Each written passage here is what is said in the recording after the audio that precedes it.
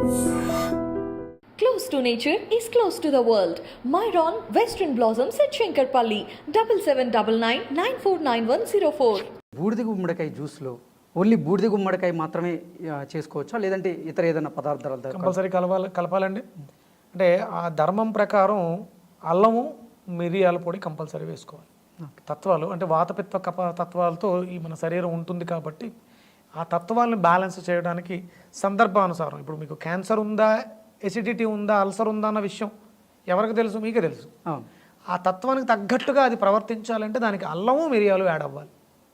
బూడిద గుమ్మడికాయ మంచిది ఆరోగ్యానికి.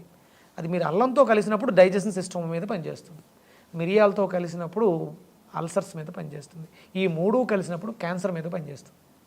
అలా సందర్భాన్ని బట్టి మీకు తగ్గట్టుగా ఆ ఎంజైమ్స్ని మీరు తాగినటువంటి బూడిద గుమ్మడికాయ జ్యూస్లోంచి మెదడుకు వెళ్ళి సంకేతాలు అక్కడ కరెంటు తయారై ఆ సెల్స్కి తగ్గట్టుగా యాక్టివ్ అవుతుంది. విక్రమాదిత్య గారు, ఈ రోజుల్లో చాలామంది పురుషుల్లో వీర్యకణాల సంఖ్య గణనీయంగా తగ్గిపోతుంది.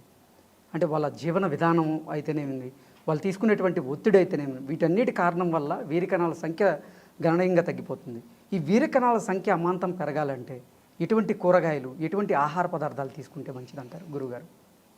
అంటే ఎన్ని తీసుకున్నానండి, ఇజోస్పెర్మియా, ఇది వీర్యకణాలలో మొటిలిటీ లేకపోవటం, ఎన్ని తీసుకున్నా ఆహారపు అలవాట్లు, లైఫ్ స్టైల్, అంటే మ్యాక్సిమం మీరు వెళ్ళే కొలది గడిచే కాలం అంతా కూడా, రాబోయే కాలం అంతా కూడా ఈ సమస్య ఇంకా ఎక్కువ అవుతుంది. ఓకే, ఎందుకంటే లైఫ్ స్టైల్ చాలా దారుణంగా మారిపోయింది. మీరు ఈ మాటలు ఎక్కడ వింటారు? సిటీస్లోనే వింటారు. వంధత్వం, పురుషుల్లో వీర్యకణాల సంఖ్య తక్కువగా ఉండటం, లేకపోతే కదలికలో లేకపోవడం. దీనికి కారణం ఏంటంటే మరి ఫస్ట్ మనం తీసుకుంటున్నటువంటి మాంసాహారం. అతివైన వేడి ఆ సెల్స్ని చంపేస్తుంది.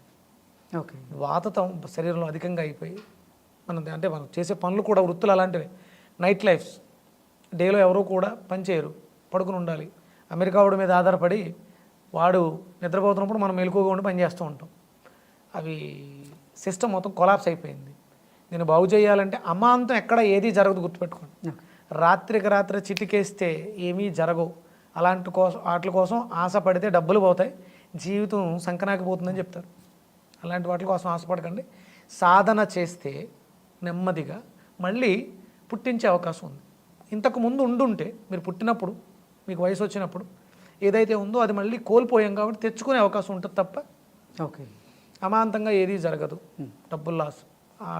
రీసెంట్గా ఒక కుర్రోడు ఏదో సర్జరీ చేయించుకుని, పాపం హైట్ పెరగడం కోసం ఏదో సర్జరీ చేయించుకుని, అంటే అమాంతం కావాలి, లేకపోతే అది వయసు దాటిపోయిన తర్వాత చిన్న మీ బాడీలో లేని దాన్ని తేవాలని ప్రయత్నం చేస్తే జీవితాలు నష్టపోతాం. మీలో ఉండుంటే దాన్ని మనం మళ్ళీ పుట్టించుకోవడం శరీరానికి పెద్ద కష్టం కాదు. దీనికి ఏంటంటే కటివస్తి అంటారు. ఒక టబ్బ లాంటి దాంట్లో కూర్చుని చల్లటి నీళ్ళలో ఆ సెక్సువల్ ఆర్గాన్స్ కూల్ అవ్వాలి, దానిలో ఉన్నటువంటి టాక్సిన్స్, వ్యర్థాలన్నీ బయటికి ఎలిమినేట్ అవ్వాలి, వేడి చల్లబడాలి. ఓకే, టెస్టికల్స్లో తయారవుతుంది ఇది. మనం వేసుకునే జీన్ ప్యాంట్స్, అండర్వేర్స్ దీనికి ప్రతిబంధకం అవుతున్నాయి, గుర్తుపెట్టుకోండి. దీనికంటూ మందు అంటే ముందు ఫస్ట్ లూజ్ ప్యాంట్స్ వేసుకోవటం, అలాగే టైం దొరికినప్పుడు చల్లటి నీళ్ళలో, అంటే కాలువల్లో స్నానం చేయటం కానీ, నదీ పరిసర ప్రాంతాల్లో ఉన్నప్పుడు ఎక్కువసేపు నీటితో ఉండగలిగితే మీకు ఈ సమస్యకు అద్భుతమైనటువంటి పరిష్కారం. దాంతోపాటు తేలికగా జీర్ణం అవ్వాలి, అందులో శక్తి ఉండాలి, చలువ చేసే గుణం ఉండాలి. అలాంటి ఆహారాన్ని తీసుకోవటం, దానికి అనుగుణంగా ఇక్కడ ఈ విషయంలో, స్పెర్మ్ విషయంలో మునక్కాడ అద్భుతంగా పనిచేస్తుంది. మీరు ఏదో సినిమా కోట శ్రీనివాసరావు గారును వెంకటేష్ సౌందర్య ములక్కాడ కూర, మునక్కాడ వేపుడు, పిల్లలు పుట్టడం కోసం ఇంట్లో ఇళ్ళలు ఆ సినిమాలో వాడతారు దాన్ని. మునక్కాడ అద్భుతంగా పనిచేస్తుంది, అద్భుతమైన శక్తి ఉంది. మునక్కాడ కన్నా ఆ ములక్కాడ గింజ ఉంటుంది లోపల, కొంచెం ముదిరిపోయిన ములక్కాడ గింజని కట్ చేస్తే లోపల ఒక తెల్లటి పల్పు వస్తుంది. ఆ పల్పుని చేస్తుంటే, చప్పరిస్తూ ఉంటే స్పెర్మ్ కౌంట్ పెరిగే అవకాశం ఉంది. అంటే ఇలా ములక్కాడలో బి కాంప్లెక్స్ ఫ్యామిలీ మొత్తం ఉంది. మునక్కాడ జ్యూస్ పనిచేస్తుంది, మునక్కాడ కర్రీ బాగా పనిచేస్తుంది, ఇంకా ఎండిన మునక్కాడ గింజలు అవి బాగుంటాయి, అది బాగా పనిచేస్తుంది. శరీరం మాత్రం చల్లబడాలి, దుస్తులు వదులుగా ఉండాలి, శరీరాన్ని తాపాన్ని తగ్గించే విధంగా ఉండాలి. దాన్ని కూడా మీరు అనుసంధానం చేసుకోగలిగితే రిజల్ట్స్ త్వరితగతి. చాలామంది చేశారు. అంటే కరెక్ట్గా నేను ఈ జర్నీ స్టార్ట్ చేసి సంవత్సరం అయింది. ఈ సంవత్సరంలో 10 మంది తల్లులు అయ్యారు.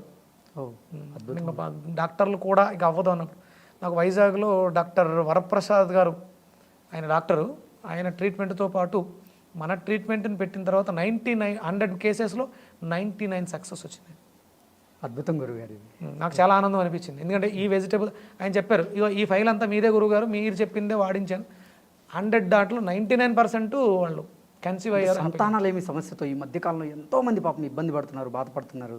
అయ్యో మా వంశం ఎక్కడితో ఆగిపోతుందా. క్వశ్చన్ చెప్పినా నేనే, నాకు పిల్లలు లేరు. నేను ఇవన్నీ రీసెర్చ్ చేయడానికి కారణం అదే. ఓకే. అంటే ఇది ఇజోస్పెర్మ్ స్పెర్మ్ కౌంట్ లేక కాదు, గర్భసంచి సరిగ్గా లేకపోవడం వల్ల దాన్ని బాగు చేసుకోవడానికి ఇవన్నీ నేను నేర్చుకున్నాను. ఓకే. మీరు వాడిన పదాలు వంశం లేదు, ఇవన్నీ ఆ పెయిన్ నాకు తెలుసు, ఆ పెయిన్ ఏంటనేది నేను అనుభవించాను. అందుకని ఎవరైనా ఇది పాటించడం వల్ల మాకు పిల్లలు పుట్టారంటే నిజంగా ఎస్, నేను సాధించలేకపోయినా, నేను కోల్పోయినా, నేను మీ ఆనందాన్ని చూడగలిగాను. చాలా సంతోషంగా ఉంటుంది నాకు. ఎంతో మందిలో అవగాహన నింపుతున్నారు. ఖచ్చితంగా మీరు అంటే అధైర్య పడక్కర్లేదు, ప్రతిదానికి సొల్యూషన్ ఉందని చెప్పడం మాత్రమే. మీకు అంటే ఇవి తెలిసిన వాళ్ళు చాలా తక్కువ మంది ఉంటారు. నేను ఫేస్ చేశాను కాబట్టి, నేను నిలబడ్డాను కాబట్టి, నేను మీ వెనక ఉన్నాను. మీరు అధైర్య పడక్కర్లేదు. మన అందరినీ నడిపించే సూర్యనారాయణమూర్తి మన వెనక ఉన్నాడు కాబట్టి ధైర్యంగా మునక్కాడలు తీసుకోండి. అలాగే ఆడవాళ్ళకు ఉన్నటువంటి గర్భ సంబంధిత దోషాలకి మంచి గుమ్మడికాయ అద్భుతంగా పనిచేసింది. చాలామంది కన్సీవ్ అయ్యారు.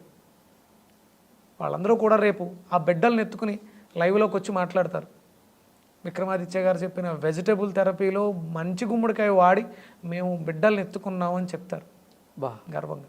అటువంటి కార్యక్రమాలు చేయడానికి కూడా మేము కూడా సిద్ధంగా ఉన్నాం గురుగారు. ఎందుకంటే మీరు ఇప్పటికే ఎంతో ప్రత్యక్షంగా కానీ పరోక్షంగా ఎంతో మందికి సేవలు అందిస్తున్నారు.